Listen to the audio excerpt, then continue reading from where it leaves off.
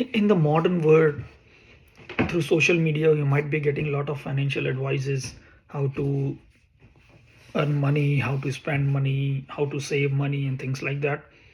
But I can tell you, most of the advices which are available on internet are not worth listening unless you have experienced it yourself. And today I'm going to share all the experiences which I have, and I can tell you most of them might be contradicting with many people in the industry, many expert in the industry who are probably having a lot of followers, lot of earnings and things like that.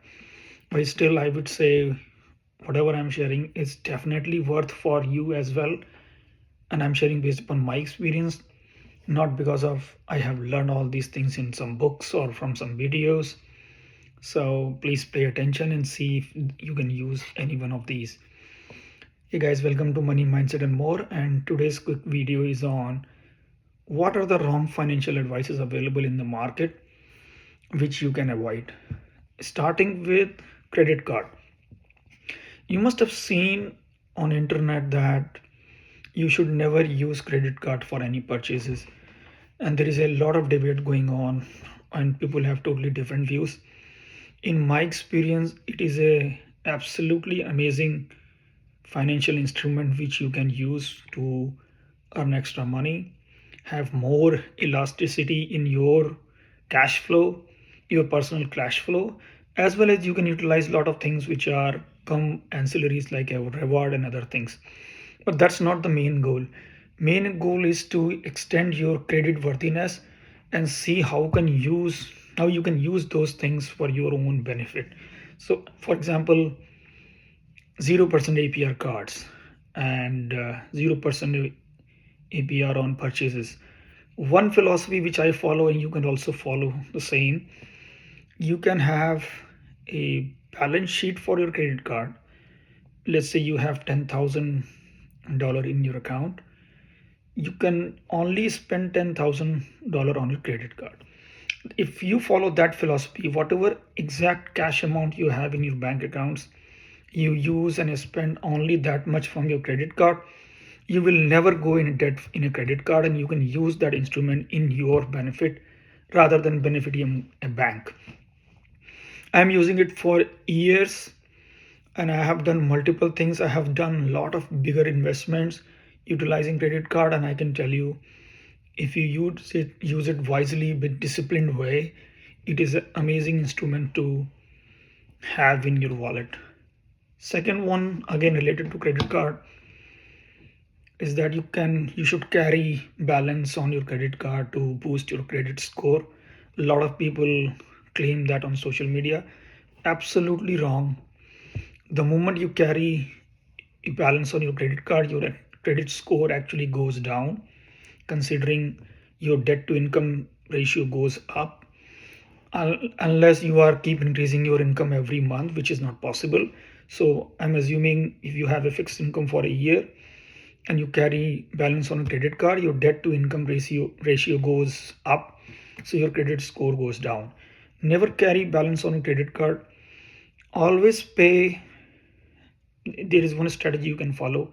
Let's say your due date is 20th of the month and your new statement will be generated on 20th. You can actually pay by 19th, so that the moment your statement is generated, it might be zero, or just pay after the statement is generated, let's say on 21st. Both ways you will be able to boost your credit score, but carrying balance will not help you at all in boosting your credit score. Another myth or wrong advice floating on internet, especially on X, that jobs cannot make you rich.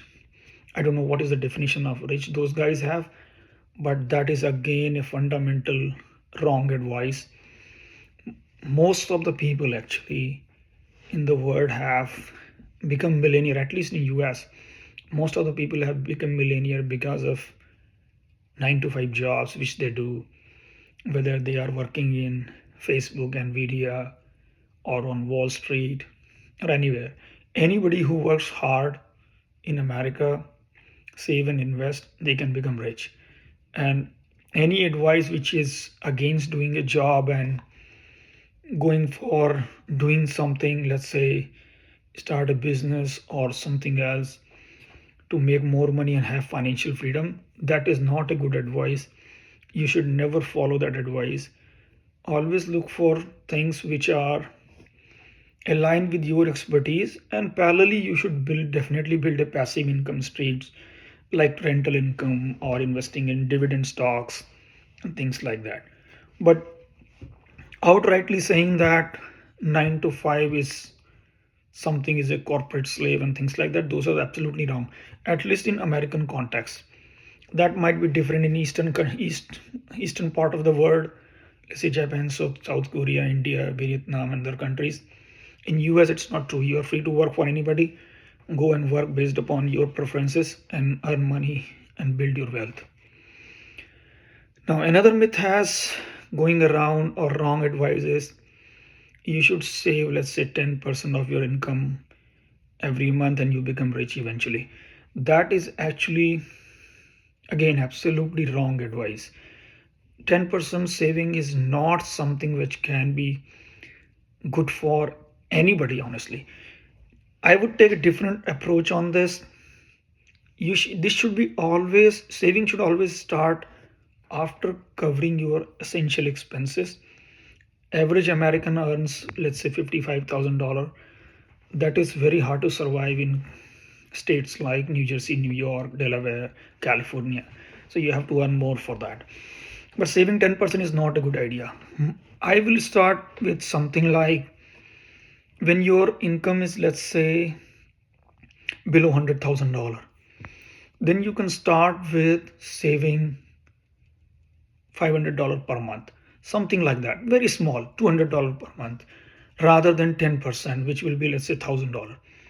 That's not good advice. You will not be able to meet your ends and then you will be struggling. The moment your income crosses $100,000, which is a very good amount in US, you can actually save a far more percentage, which can actually ultimately boost your savings. And let's say you reach an income level of $200,000, you should be actually saving more than 50% of your income. Very easily you can do that in America. I have done it myself. And the moment you cross, let's say, $300,000, it should be actually 70 to 80% of the saving should be there. Because of the inflation is very controlled in US. Because of the controlled inflation, your living expenses are not going to be too much unless you start spending a lot. For example, you start driving Bentley and paying 5,000 per month for a car that nobody can control. But in normal scenarios, if you maintain the same lifestyle which you have at 100,000, you start earning 300, within 5 years you will be millionaire, 100% guaranteed. Does not matter which asset class you invest, real estate, stock, bond, treasury bond, doesn't matter. You can invest anywhere, save and invest, you will be millionaire within 5 years. But saving 10% is not a good advice, because when you are earning 300,000, 30,000 will be nothing saving, and you will be spending all the money. But when you are earning 100,000, you will be saving only 10,000, which will be nothing. So don't follow that trap. Now another one which I don't agree with most of the people, that there is no such thing as good debt. That's wrong advice. You should definitely look for ways to get debt which can help you in these areas. The first area should be your education. Education loans are one of the best way for anybody to get rid of from their current situation which they are in. Because of the education loans, I started my journey from a village in India and I'm sitting in New York. Extremely important for anybody. Never get down on those. If you get an opportunity to study in Harvard, you have to take a loan. I will always recommend to go for it, because that will change the trajectory of you as well as your family in the future.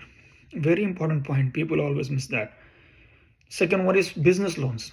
If you are running businesses and you are getting an opportunity to take business loan, definitely expend that money to expand your business. Don't look back that this loan might be bad or something like that. Go for it. If you have to take mortgage is a forced saving. I always say everybody, it's definitely not an investment because it is a cash outflow.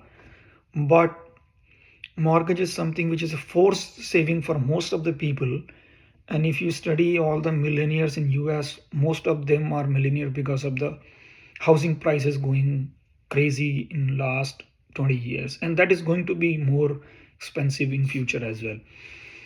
So if you're getting a mortgage, definitely take it. I have another advice for that, I'll cover later. And the last one in this is home line of equity. What I have seen, most people take home line of equity and they do renovation and things like that in same home where they are living. That's not advisable at all. But let's say you have a home line of equity which you can utilize to buy a rental property or invest somewhere which is more secure. I always advise those things to people. I have done myself. Very secure. You just expanding little bit your horizon on using the equity in your primary home to build a secondary home. You should definitely consider that in your life to expand your real estate portfolio. The next one is on mortgage. So normally you get an pre-approval in America. You get pre-approval mails in your from your post office and things like that. And most people think that whatever pre-approval they are getting, they can afford that much of mortgage themselves. I would say that's not a good advice. You should always consider. I considered two parameters in the past.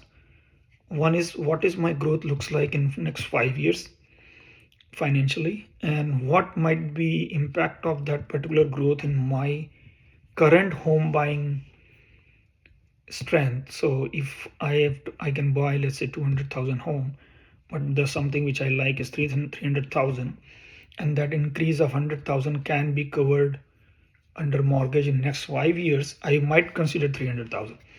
But in case you don't see a growth in your income in next 5 years, then taking something which is 300,000 in similar example is a wrong strategy, because then you are not seeing any growth and you are trying to take more mortgage on your current income. Wrong strategy. Never do that. Always go below what you are pre-approved. That's what I will recommend for your primary home. If you're doing investment, that's a different strategy. But for the primary home, you should always link it with your current income as well as your projected income in next 5 years. If it is stagnant, don't take higher home loans. Now, another thing which I've seen on social media is that crypto is future. Everybody should invest in crypto. I don't agree with that. Nobody knows future. First of all, anybody saying that crypto is future does not know what they're talking about. As of now, my understanding is that it's a Ponzi scheme. People are keep investing and the prices goes up. I have never seen their primary use in the market. Maybe in the future, which I can't understand. But don't invest or consider anything which you don't personally understand. It's very simple. If you don't understand how crypto works, don't invest at all. Just because somebody in your neighborhood has bought a Bitcoin and it has crossed 100,000 doesn't mean anything to you, because that can go to 50,000 also. If you understand, well and good, but it's not future. Future has everything. If you will need food in future, you will need electricity in future, you will need oil and gas in future, you need healthcare in future. So if you want to consider future, there are so many things. So don't stuck with one philosophy, crypto is the future, something like that. It's wrong advice, financially wrong advice. Another key advice is, people say that your credit score does not matter in US. That's not true at all. Within 25 points difference in your credit score, your rate of interest can jump up to 50 basis points based upon my experience. So anybody giving that advice is not good at all. I would also recommend that if you want to planning to take a debt in future, try to streamlining your credit score 3 to 4 months before that, ideally 6 months, but definitely a quarter, because it takes at least 3 to 4 months for your credit reports and scores to be synchronized across all credit bureaus and agencies, and it has a very significant impact on your rates in the US. It can go from variation from 10 basis points to 120 basis points. Extremely important. Never take those advice if anybody is telling you that credit score doesn't matter. It matters a lot. Another advice I've gone, people are saying a lot in social media, which I completely disagree. They are saying you should go for trade related things like learn how to do electricity maintenance, plumbing maintenance, HVAC maintenance. College is useless and things like that. This advice is very dangerous. Never follow this advice. Anybody who is sharing this advice, stop following them right away. And if anybody in your family or friends group are telling you this, stop meeting them as soon as possible. College is not useless at all. It is actually fundamental, the base of your future, because it gives you an opportunity to widen your horizon of thinking, becoming better human being, and ultimately this will have impact in your personal life and your family, your children in future. So try to go to college as much as possible.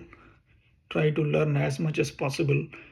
I keep learning even today. I keep enrolling different courses in all the universities. I cannot go to classroom courses because of my jobs and other things, but I keep doing all those things on weekends, on certification, others.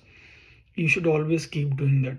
Definitely go to college, and if you have kids, encourage them to go to college and learn something. That will change their life. Now another key, probably this is the last one I'm going to cover. Follow your passion. That is some advice which actually floats a lot over internet. I would say that's not true for if you want to become a millionaire, because millionaire or rich. Most people who most people have a passion which doesn't link with what they can earn and what are their strength. So never link your earning potential with your passion. If you have mapped both and your passion has a lot of earning potential, very good for you. But let's say your passion is singing. Most of the singer doesn't make any money. If you don't know, you can go and do your research. Most of the actors don't make money, and but most of the engineers make money for sure. So you can go and do your own research. Don't take my words. Most of the millionaires in US, the category which has the most millionaire in US is belongs to engineers. They have the most money. Most millionaires in America are engineers.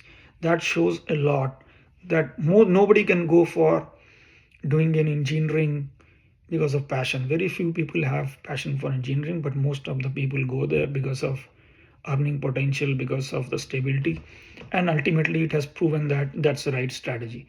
So don't stuck with if philosophy of, oh, I'll follow my passion and build something. Keep following your passion on probably on weekends. Weekdays work harder on things which are your strength. If your strength is on, let's say, creating designing, create more design and sell. If your strength is on communicating, communicate more and earn more. If your strength is on, let's say, negotiating between people or relationship management, whatever it is, do those things for earning and take passion for maybe leisure or entertainment and things like that. That's what I can recommend. If you have matched both, you are lucky ones. Very few people are lucky, but never get confused between your strength and your passion to earn money. So these are the points. I have some more pointer also, maybe I will cover in another videos. This is a long video now, but these financial advices which I have shared, I'm sharing based upon my own experiences. I have done all these things. I have failed in many, and I can tell you that these things which I have shared definitely change your life if you follow at least one of those. Happy to take any comments. If you have anything, any specific question, you can ask, and please like, share, and subscribe. Thank you very much. Take care.